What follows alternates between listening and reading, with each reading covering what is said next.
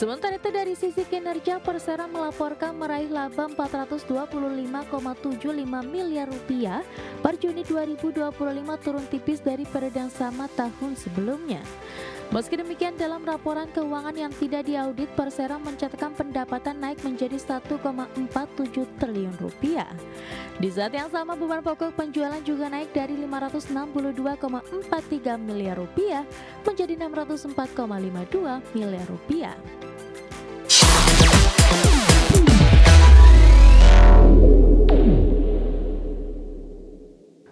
PT Multi Bintang Indonesia Tbk mengumumkan perubahan susunan Dewan Komisaris melalui RUU PSLB yang digelar pada 15 Agustus 2025. Ya, Jose Rolando Sanz Dominguez resmi diangkat sebagai komisaris perseroan menggantikan Radovan Sikorski yang mengundurkan diri dari jabatan sebagai komisaris. PT Multi Bintang Indonesia Tbk mengumumkan perubahan susunan Dewan Komisaris melalui rapat umum pemegang saham luar biasa yang digelar pada 15 Agustus lalu. Dalam rapat yang dihadiri 93,12% pemegang saham, para pemegang saham menyetujui pengunduran diri Radovan Sikorski dari jabatannya sebagai komisaris. Sebagai pengganti, Jose Rolando Sanz resmi diangkat sebagai komisaris perseroan. Dengan keputusan tersebut, susunan Dewan Komisaris Multi Bintang kini terdiri dari Maurits Daniel Rudolph sebagai Presiden Komisaris sekaligus Komisaris Independen, Clayton Alan Wenas sebagai Komisaris Independen, Ude Sankar Sinha dan Karsma Rais sebagai Komisaris, serta Jose Rolando Sanz sebagai Komisaris baru.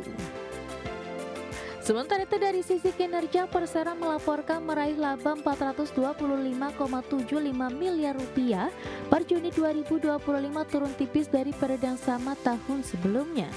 Meski demikian, dalam laporan keuangan yang tidak diaudit, Persero mencatatkan pendapatan naik menjadi 1,47 triliun rupiah. Di saat yang sama, beban pokok penjualan juga naik dari 562,43 miliar rupiah menjadi 604,52 miliar rupiah. Sementara itu, aset perseroan turun dari 3,44 triliun rupiah menjadi 2,97 triliun rupiah. Penurunan ini seiring dengan berkurangnya ekuitas setelah pembagian laba dan turunnya utang usaha jangka pendek. Berbagi sumber, IDX Channel.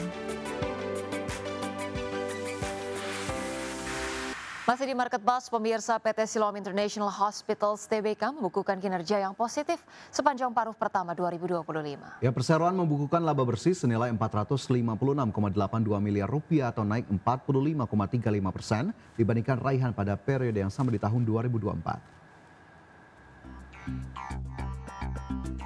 Emiten Rumah Sakit PT Siloam International Hospitals Tbk membukukan kinerja yang positif sepanjang paruh pertama 2025. Dari sisi bottom line, perseroan mampu membukukan laba bersih senilai 456,82 miliar rupiah pada periode Januari-Juni 2025. Laba bersih tersebut naik 45,35% secara tahunan dibandingkan raihan senilai dari 314,28 miliar rupiah pada periode yang sama di tahun 2024. Melansir laporan keuangan, perseroan membukukan pendapatan senilai 6,1 triliun rupiah pada paruh pertama 2025. Pendapatan meningkat 1,46% secara tahunan dari periode yang sama di tahun sebelumnya. Pendapatan terutama disumbangkan oleh segmen non-spesialis yang membukukan pendapatan senilai 4,72 triliun rupiah. Lebih rinci pada segmen spesialis, perseroan membukukan pendapatan sebesar 1,37 triliun rupiah. Dari 17 rumah sakit Siloam yang tersebar di seluruh Indonesia, pendapatan perseroan terbesar datang dari Rumah Sakit Siloam MRCCC Semanggi yang membukukan pendapatan senilai 776,4 miliar rupiah pada periode Januari-Juni 2025 atau naik 0,13% secara tahunan dari tahun sebelumnya. Berbagai sumber IDX Channel. Kembali bersama kami di Market Buzz, pemirsa, indeks harga saham gabungan ditutup rebound signifikan di atas 1% di perdagangan Rabu, ditopang penguatan saham perbankan, properti dan juga real estate. Penguatan terjadi usai Bank Indonesia kembali memangkas suku bunga acuan sebesar 25 basis poin di pertemuan Agustus 2025. Indeks harga saham gabungan ditutup melesat 1,03% ke level 7.900-an, tepatnya di level 7.943,82 di penutupan perdagangan Rabu. Kenaikan IHSG ditopang seluruh indeks sektoral dengan sektor yang naik paling tinggi antara lain properti dan real estate melesat 2,56%, sektor barang baku naik 1,83%, sektor barang konsumer primer melaju di 1,63%, sektor keuangan terapresiasi di 1,18%, sektor perindustrian naik 1,03% dan barang konsumer non-primer menguat 0,62%.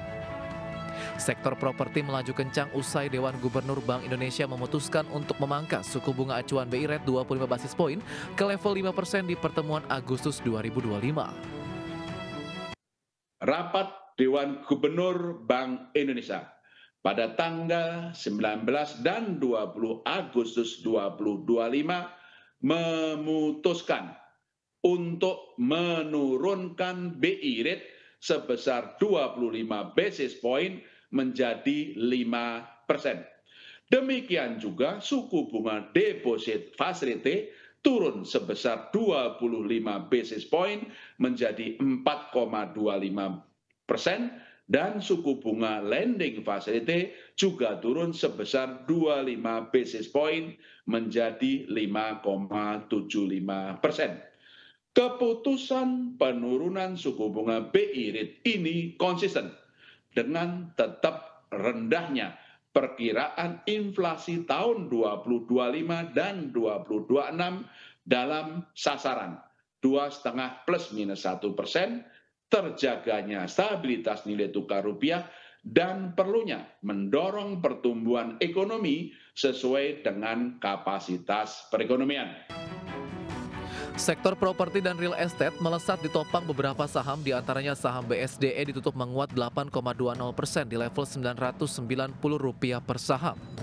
Saham CBDK ditutup menguat 1,25% di level Rp6.075 per saham. Saham PANI ditutup menguat 0,16% di level Rp15.960 per saham. Saham SMRA ditutup menguat 4,93% di level Rp462 per saham.